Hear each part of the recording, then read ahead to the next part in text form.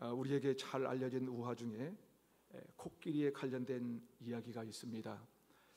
하루는 앞이 보이지 않는 여러 명의 명인들에게 코끼리를 만지고 나서 코끼리가 어떻게 생겼냐고 물었습니다.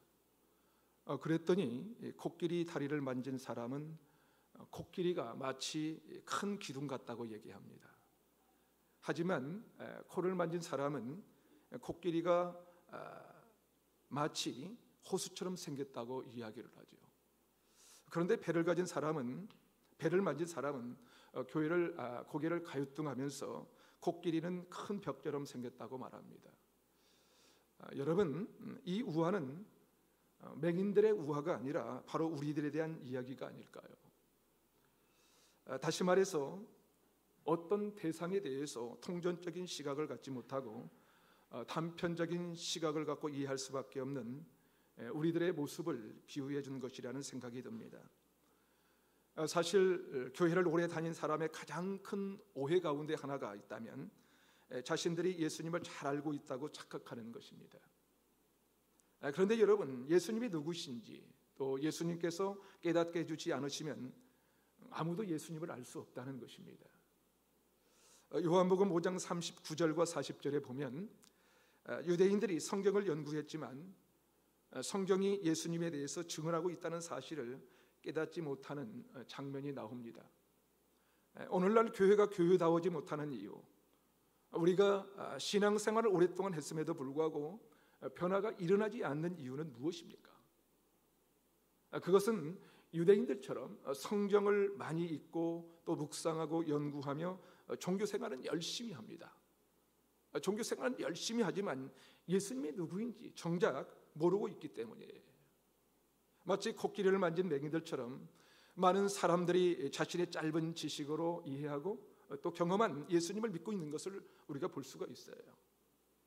아니, 더 정확하게 말한다면 성경에서 말씀하고 있는 예수님이 누구신지보다 자신이 원하는 이 예수님만을 골라서 믿고 있다는 것입니다.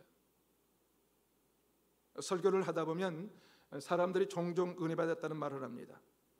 그런데 은혜 받았다고는 하는데 가만히 보면요, 은혜를 받고도 변화된 삶의 모습이 나오지 않는다는 거예요. 변화된 모습이 없습니다. 여전히 인생의 주인은 자신이에요. 내 자신이 인생의 주인이고 자신의 생각대로 살아가게 되는 것을 저 자신도 경험합니다. 여러분, 왜 이런 현상이 나오는 것일까요? 왜 그렇습니까? 사도행전을 보면 이 베드로의 설교를 듣고 은혜를 받은 사람들이 나와요. 그들의 인생은 그야말로 완전히 달라졌어요. 완전히 달라집니다. 더 이상 예전처럼 살지 않았어요. 자기의 소유를 더 이상 자신을 위해서 쓰지 않습니다. 자신을 위해서 쓰지 않고 주님의 뜻대로 사용하고 있어요. 그리고 고난과 핍박이 와도 좌절하기는커녕 오히려 기뻐했습니다. 그런데 오늘날 교회는 어떻습니까, 여러분? 사실 교회에서 이 사도행전에 나타난 교인들의 모습을 본다는 것은 참으로 어려운 일이 되어버려 말았습니다. 많은 사람들이 세상에서 6일 동안 힘들게 살다가 주일이면 성전에서 하나님을 만나고 하나님을 예배하는 것이 아니라 심리적인 위안을 받기 원하는 사람들이 많이 있다는 것입니다. 그래서 그런지 많은 설교자들이 이 죄에 대해서 설교하기보다는 심리적인 위안을 주는 설교를 하고 있어요. 세상적인 이야기를 많이 하고 있습니다. 흥미 위주로 설교를 하고 있어요. 그러나 여러분, 한번 실험해 보십시오. 사실상 심리적인 위안은 그렇게 오래가지 못합니다. 일회성이에요. 복음을 듣고 거듭나지 않는 한 진정한 위안은 존재하지 않기 때문에 그렇습니다. 존재하지 않아요. 오직 예수 그리스도만이 진정한 평안을 주실 수 있는 분이 오직 예수 그리스도뿐이에요. 그러게 변화된 인생을 살고 싶다면 가장 먼저 우리가 예수 그리스도가 누구신지를 제대로 알아야 된다는 거예요. 예수 그리스도가 누군가. 그렇게 할 때 가난 중에도 부유하고 고난 중에도 기뻐하는 참된 그리스도의 삶이 비로소 시작될 수 있기 때문에 그렇습니다. 그렇다면 우리가 믿는 예수님은 누구일까? 우리가 믿는 예수님은 누구일까요? 첫 번째로 예수님은 하나님이십니다. 하나님이세요. 여러분은 예수님을 믿든지 안 믿든지 역사가 인정하는 분이 예수님이란 사실을 아십니까, 여러분? 우리가 역사를 BC, Before Christ, 다시 말해서 예수 탄생 이전과 AD, 에노 도미노, 주께서 오신 뒤로 나누고 있다는 것이 그것을 증명하고 있잖아요. 그렇지 않습니까? 역사는 예수님의 탄생을 기점으로 BC와 AD로 나누어지고 있거든요. 역사상 아무리 위대한 인물이라 할지라도 역사의 기준으로 인정받는 인물은 없습니다. 역사의 기준으로 인정받는 사람이 있습니까, 여러분? 없어요. 그럼에도 불구하고 이렇게 역사를 바꾼 인물인 예수님에 대해서 당시 학자들이나 역사가들은 아무런 관심을 보이지 않았다는 거예요. 그런데 문제는 지금도 마찬가지라는 거예요. 오늘은 2020년 7월 5일입니다. 7월 5일이에요. 이것은요, 예수님의 탄생을 기점으로 표시한 날짜예요. 예수님의 그 탄생의 기점. 그것을 인정하든 안 하든 세상은 예수님의 탄생을 기준으로 시간을 정하고 살고 있다는 사실이에요. 우리가. 그럼에도 불구하고 당시의 학자들이나 역사가들이 그랬던 것처럼 역사의 기준이 되는 예수님에 대해서 관심을 보이지 않고 있어요. 관심이 없습니다. 그저 자신들이 갖고 있는 단편적인 지식이나 짧은 경험을 가지고 예수님을 평가할 뿐이에요. 사랑하는 여러분, 이 시대의 사람들이 불행한 이유가 바로 여기에 있다는 것입니다. 불행이 여기에 있어요. 예수님이 하나님의 아들이라는 사실을 모른다는 거예요. 몰라요. 그분 자신이 하나님이라는 것을 알지 못하기에 그분에 대한 관심은 연예인에 대한 관심조차도 없는 거예요. 연예인보다도 관심이 없어요. 그렇지 않나요? 인기 연예인을 보기 위해서 우리는 드라마를 시청하는 만큼 예수님을 알려고 시간을 쏟지 않는 게 우리 인간들이에요. 우리지 않습니까? 당시 유대인들이 그랬습니다. 여러분, 유대인들의 3대 명절 중에 하나인 오순절에 사람들은 예루살렘으로 몰려들었습니다. 그들은 화려한 예루살렘 성전에서 늘 그랬듯이 하나님의 이름을 불렀어요. 하나님의 이름을 부릅니다. 하지만 자신들이 죽인 예수가 하나님이라는 것을 알지 못했다는 거예요. 하나님이라는 것을. 사랑하는 여러분, 지금 이 시대를 사는 우리도 마찬가지 아닙니까? 그렇지 않나요? 종교적인 열심이 있다고 해서 하나님을 만나는 것은 아니라는 거예요. 하나님을 만난 게 아니에요. 그런데 갑자기 바람과 같은 소리와 불의 혀처럼 갈라지는 것이 임하는 것을 보고서 사람들이 놀랍니다. 사람들이 놀라서 마가의 다락방으로 몰려들어요. 그리고 이해할 수 없는 광경을 목격합니다. 제대로 교육도 받지 못한 갈릴리 사람들이 세계 각국 언어로서 하나님의 큰 일을 말하기 시작한 거예요. 하지만 그들의 귀는 어두워져서 하나님의 큰 일에는 관심이 없어요. 관심이 없고 그들이 세술에 취하였다고 조롱하기 시작하는 거예요. 복음이 선포되는 현장에서도 예수님에 대한 선입견을 가진 그들은 예수가 하나님이라는 것을 여전히 깨닫지 못했다는 것입니다. 깨닫지 못했어요. 그렇습니다, 여러분. 영적인 눈이 어두워지면 하나님의 임재가 가득한 곳에서도 하나님의 살아계심을 인지하지 못하는 게 우리 인간이에요. 인지하지 못합니다. 그러니까 이 베드로의 그 설교가 감동을 주지 못한 것이 아니에요. 감동을 주지 못한 것이 아니라 그들의 죄악이 영적인 눈을 가려운 거예요. 영안의 눈을 가려버렸어요. 영안의 눈을. 그래서 그들은 물었습니다. 사도행전 2장 12절과 13절에 나와 있는데요. 사도행전 2장 12절과 13절을 우리 다 같이 한번 읽겠습니다. 시작. 다 놀라며 당황하여 서로 이르되 이 어찌된 일이냐 하며 또 어떤 이들은 조롱하여 이르되 그들이 세술에 취하였다 하더라. 자, 그러자 베드로가 일하는 사도와 함께 일어서서 증언을 합니다. 그렇죠? 그 증언이 사도행전 2장 22절부터 26절까지예요. 베드로가 무엇을 증거했습니까? 자신들은 세술에 취한 것이 아니라는 거예요. 세술에 취한 것이 아니라 요엘 선지자가 예언한 성령을 받은 것이다 라고 증거를 하고 합니다. 그리고 너희들이 죽인 예수는 하나님이 정하신 뜻과 미리 하신 대로 내준 바 된 성자 하나님이라는 거예요. 하나님이다. 이것을 히브리서 1장 8절에도 동일하게 증언을 합니다. 히브리서 1장 8절을 보면 이렇게 기록합니다. 아들에 관하여는 하나님이여 주의 보좌는 영영하며 주의 나라의 귀는 공평한 귀인이다. 자, 사랑하는 여러분, 예수님은요 성자 하나님이십니다. 믿으십니까? 예수님은 성자 하나님이세요. 베드로가 다윗의 예언을 인용해 증언한 것처럼 예수님은 성부 하나님께서 인류를 구원하시기 위해서 이 땅에 계획대로 보내셔서 십자가에 내어주십니다. 십자가에 내어주시고 다시 살려서서 하늘로 높이신 하나님이라는 거예요. 하나님이십니다. 여러분, 예수님은요 목수 요셉의 아들이 아니에요. 한 종교의 창시자가 아니에요. 4대 성인 중에 한 사람이 아니에요. 하나님이십니다. 하나님이세요.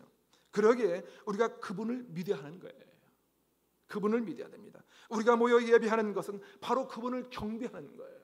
경배하기 위해서 이 자리에 모여 있습니다. 그분 앞에 겸손히 나아가는 거예요. 그래서 우리가 이 자리에 나온 것입니다. 그러기에 여러분, 혹이라도 이 중에 예수 그리스도를 하나님으로 인정하지 않으신다면, 인정할 수 없다면 그것은 제대로 된 믿음이 아니라는 거예요. 믿음이 아닙니다. 우리가 믿는 예수님은 성자 하나님이신 것을 믿으시기를 바랍니다. 한 걸음 더 나가서 예수님은 누구신가? 예수님은 두 번째로 예수님은 주님이십니다. 베드로의 증언대로 예수님이 만물을 지으신 하나님이시라면 그분은 마땅히 우리의 주님이신 거예요. 우리의 주인 되시는 거예요. 그것은 사람이 인정하든지 않든지 엄연한 사실이에요. 엄연한 사실입니다. 하지만 사람들은 예수님을 주인으로 인정하려고 싶어하지 않아요. 누가복음 19장 14절 보면 이렇게 말씀합니다. 그런데 그 백성이 그를 미워하여 사자를 뒤로 보내어 이르되 우리는 이 사람이 우리의 왕됨을 원하지 아니하나이다 하였더라. 그 당시에도 그랬습니다. 사람들은 예수님을 왕으로 주인으로 모시고 싶어하지 않았어요. 원치 않았습니다. 우리가 복음을 전할 때 사람들이 복음을 받아들이지 않는 가장 큰 이유가 무엇인지 아십니까, 여러분? 뭔지 아세요? 예수님을 자신의 주인으로 받아들이면 내 마음대로 살 수 없다는 거예요. 내 마음대로 할 수가 없거든요. 그러나 베드로는 사도행전 2장 36절에서 이렇게 증언합니다. 그런즉 이스라엘 온 집은 확실히 알지니 너희가 십자가에 못 박은 이 예수를 하나님이 주와 그리스도가 되게 하셨느니라 하니라. 아멘. 자, 그렇습니다. 여러분, 우리가 제대로 된 인생을 살고 싶다면 혹 지금까지는 다른 인생을 살고 싶다면 여러분, 예수님이 주님이신 것을 확실히 알아야 된다는 거예요. 확실히 알아야 됩니다. 십자가에 못 박히셨던 예수님이 바로 주님이라는 것을 우리가 알아야 된다는 거예요. 우리가 알아야 된다. 이것을 알지 않고는 진정한 믿음이란 여러분 존재할 수가 없는 거예요. 진정한 믿음이란. 저는 음악을 잘 모르는 사람입니다. 음악을 잘 못해요. 그러나 음악을 하는 사람들을 보면 너무너무 좋아요. 참 좋아합니다. 음악을 하는 사람들은. 특히 찬양을 잘하거나 또 악기를 능숙하게 잘하는 사람들을 보면 얼마나 부러운지 모르겠어요. 참 부럽습니다. 그래서 저도 멋지게 기타도 치고 싶고요. 때로는 드럼도 신나게 치고 싶기도 그렇습니다. 하지만 여기 이렇게 지금 드럼 세트가 있잖아요. 다 구비되어 있어도 저는 손도 못 대고 있어요. 칠 수가 없어요. 그렇습니다. 여러분, 아무리 좋은 악기가 있으면 뭐합니까? 그렇죠? 좋은 악기가 있으면 뭐예요? 제대로 된 주인을 만나지 못하면 전혀 쓸모없는 악기가 되고 말아요. 주인이 없어요. 제대로 된 주인이 좋은 악기를 만졌을 때 어떻게 됩니까? 최고의 악기로서 인정을 받을 수가 있는 거예요. 인정을. 사랑하는 여러분, 왜 많은 사람들이 최고의 인생, 만족한 인생을 살지 못하는 걸까요? 왜 그럴까요? 바로 제대로 된 주인을 만나지 못했기 때문에 그래요. 주인을 만나서, 다시 말해서 주인이 바뀌지 않기 때문에 그렇습니다. 내 안에 다른 주인이 있어요. 주인이 바뀌지 못했어요. 사랑하는 여러분, 여러분 가운데 혹 아직도 내가 주인이신 분 계십니까? 내가 주인이세요? 다시 말해서 아직도 내 삶의 주인의 자리가 예수님으로 바뀌지 않으신 분 계신가? 이겁니다. 예수님으로. 그렇다면 여러분, 오늘 여러분의 인생의 주인이 예수님으로 온전히 바꿔지시기를 예수님의 이름으로 축원을 드립니다. 예수님으로 바뀌어야 돼요. 예수님으로. 여러분, 주인이 바뀌어야 돼요. 주인이. 그리고 우리를 만드시고 세상에 보내신 내 삶의 주인신 주님께 우리의 인생을 내어드려야 돼요. 내 인생을 내어드려야 됩니다. 그분께 인생을 온전히 맡겨드려야 돼요. 온전히. 저는 전에도 보면 동네 목욕탕에 가보면요, 참 저에게 은혜가 되는 글귀가 있더라고요. 참 은혜가 돼요. 참 그 의미를 많이들 생각해 봅니다. 뭐라고 나옵니까? 맡기지 않는 물건은 뭐라고 그래요? 책임지지 않습니다. 그래요. 맡기지 않는 물건은 책임지지 않습니다. 그렇습니다, 여러분. 하나님께 맡겨진 인생은 하나님께서 책임을 지세요, 여러분. 그걸 아셔야 돼요. 그러나 맡기지 않는 인생은 하나님이 책임지지 않습니다. 사랑하는 여러분, 저와 여러분의 인생을 우리를 창조하신 그분께 맡겨드립시다. 그분께 맡겨드려야 돼요. 그렇게 할 때 우리는 비로소 변화된 인생이 무엇인지 경험할 것입니다. 그리고 우리가 어떻게 고난 속에서도 기뻐할 수 있는지, 참된 평안이 무엇인지 그 놀라운 비밀을 깨닫게 될 줄로 믿습니다. 우리 인생을 예수님께 맡겨드리고 하나님의 놀라운 비밀을 경험하는 저와 여러분이 되시기를 예수님의 이름으로 축원을 드립니다. 마지막으로 우리가 믿는 예수님은 누구일까요? 우리가 믿는 예수님, 세 번째로 예수님은 그리스도이십니다. 그리스도. 필립 얀시가 쓴 책 중에 내가 알지 못했던 예수라는 책이 있어요. 아마 여러분 읽으신 분도 있을 줄 압니다. 필립 얀시와 같은 분이 예수님을 모른다니 무슨 말이야 라는 생각으로 저는 책을 보게 되었거든요. 자, 책을 읽는 동안 이 필립 얀시의 통찰력은 정확하다는 것을 알게 되었습니다. 사람들은 정말 예수님을 알지 못하고 있었습니다. 어떤 것을 모르고 있었냐면요, 그 중에 대표적인 것이 바로 예수가 그리스도라는 사실을 알지 못하고 있었다는 거예요. 예수가 바로 그리스도라는 것을 알지 못했다는 거예요.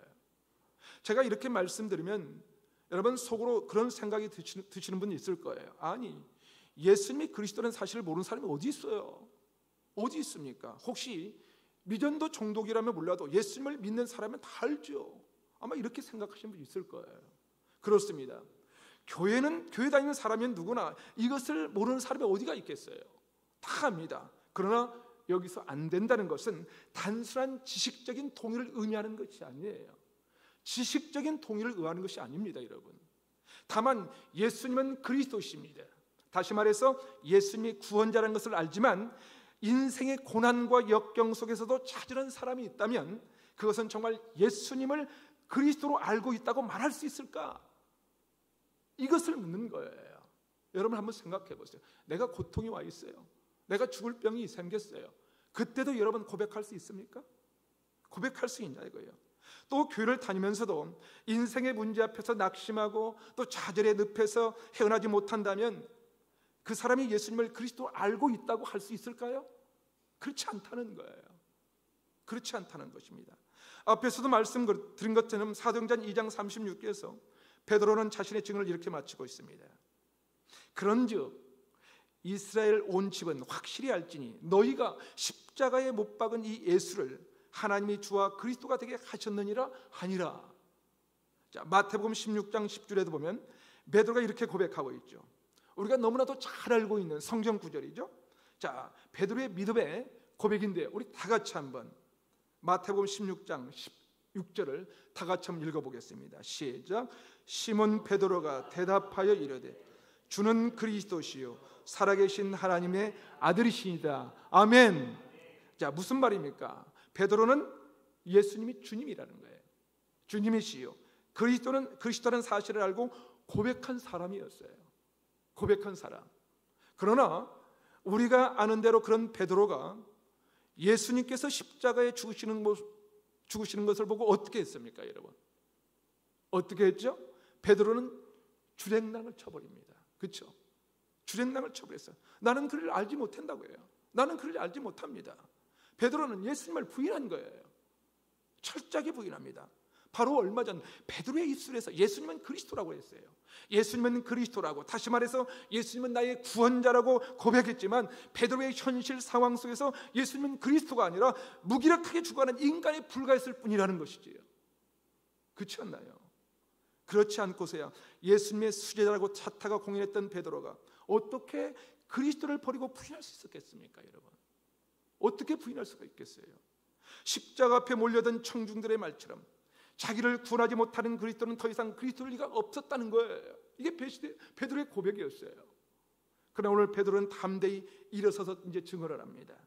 너희들이 십자가에 못 박은 예수님을 하나님께서 구주와 그리스도가 되게 하셨다고 말하고 있는 거예요. 여러분, 이제 베드로는 생명을 걸고 예수님이 그리스도라고 증언을 하고 있습니다. 예수님이 그리스도라는 거예요. 예수님을 죽인 그들이 베드로와 사도를 죽일 수 있는 상황이었어요. 자기가 죽을 수 있는 상황이었습니다. 그러나 겁먹지 않고 일어나서 예수가 그리스도라고 증언하고 있는 거예요. 예수가 무슨 말입니까? 베드로가 변화가 된 거예요. 베드로가 변화가 된 것입니다. 성령의 임재하심을 통해서 이제 베드로는 이제 입술의 고백이 아니고요, 참된 믿음을 가진 거예요. 참된 믿음. 그리고 그 믿음 가지고 예수가 그리스도라고 고백하고 있는 것입니다. 제가 아는 어떤 아이가 이 초등학교 1학년 때 있었던 일인데요, 반에서 아이들이 이 논쟁이 벌어졌다고 해요. 논쟁이 벌어졌는데 그것은 거인과 하나님 중에 누가 더 크냐라는 이 논쟁이 있었다는 거예요. 참 수준 높은 논쟁이죠, 그렇죠? 자, 그때 이 아이가 한마디가 이 논쟁을 잠재웠답니다. 뭐라고 했냐면, 야, 하나님이 거인을 만드셨거든? 너무 멋있잖아요. 자, 이 말을 들은 아이들 중 누구도 아무 말도 못했다고 합니다. 그렇잖아요. 하나님이 거인을 만들었어요. 저는 이 얘기를 들으면서 마태복음 18장 3절이 생각이 났습니다. 이르시되 진실로 너희에게 이르노니 너희가 돌이켜 어린 아이들과 같이 되지 아니하면 결단코 천국에 들어가지 못하리라. 자, 사랑하는 여러분, 예수님은 누구라고요? 예수님은 누구라고요? 예수님은 하나님이십니다. 하나님이세요. 그분은 온 만물을, 우주 만물을 지으신 분이시고요, 우리의 주인이십니다. 그런데 그분이 죄와 허물로 망가진 우리를 구원하시기 위해서 이 땅에 오셨던 거예요. 이 땅에 오셨습니다. 그리고 십자가의 다함없는 사랑으로 우리를 구원해 주셨다는 사실이에요. 이 얼마나 놀라운 사랑입니까? 그렇다면 여러분은 어린아이처럼 정말 예수님이 하나님이신 것을 믿으십니까? 여러분 믿으십니까?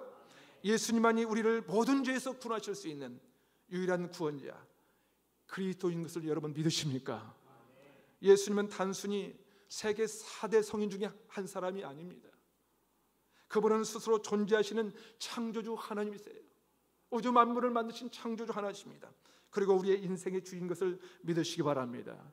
사랑하는 여러분, 저는 우리 루야교회를 섬기는 저와 여러분 한 사람 한 사람이 예수 그리스도를 잘 알아가고 점점 더 그분을 닮아가면서 세상에 선한 영향을 나타내는 그리스도의 제자들로 세워지기를 주님의 이름으로 간절히 축원을 드립니다. 축원합니다.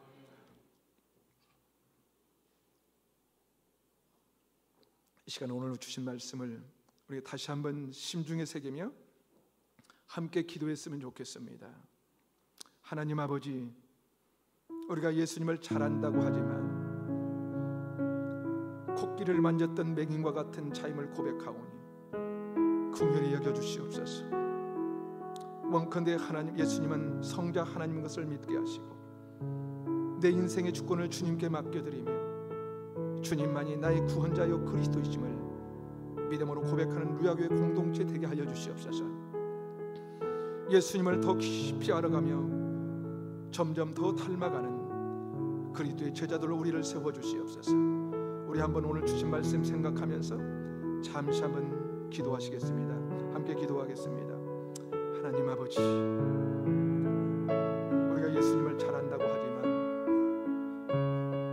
코끼리를 만졌던 맹인과 같은 자임을 이 시간 고백합니다. 주님, 긍휼히 여겨주시옵소서. 원컨대 예수님은 성자 하나님이신 것을 알게 하시고 내 인생의 주권을 주님께 맡겨드리며 주님만이 나의 구원자요 그리스도이심을 믿음으로 고백하는 우리와 공동체가 될 수 있도록 아버지 도와주시옵소서. 하나님, 시간이 가면 갈수록 예수님을 더 깊이 알아가게 도와주시고 시간이 가면 갈수록 점점 더 예수님을 닮아가는 그리스도의 제자들로 우리를 세워주시고 주님 사용하여 주시옵기만을 간구하고 거부합니다. 오 주님 도와주시옵소서. 아버지 역사하여 주시옵소서. 주님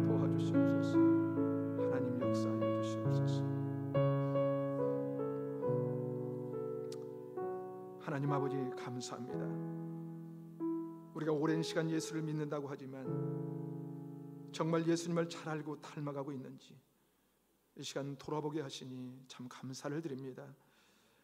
우리에게 어린아이와 같은 믿음 주셔서 시간이 가면 갈수록 점점 더 주님을 닮아가게 도와주시고 시간이 가면 갈수록 더 깊이 알아가는 지체들이 될 수 있도록 은혜를 베풀어 주시옵소서.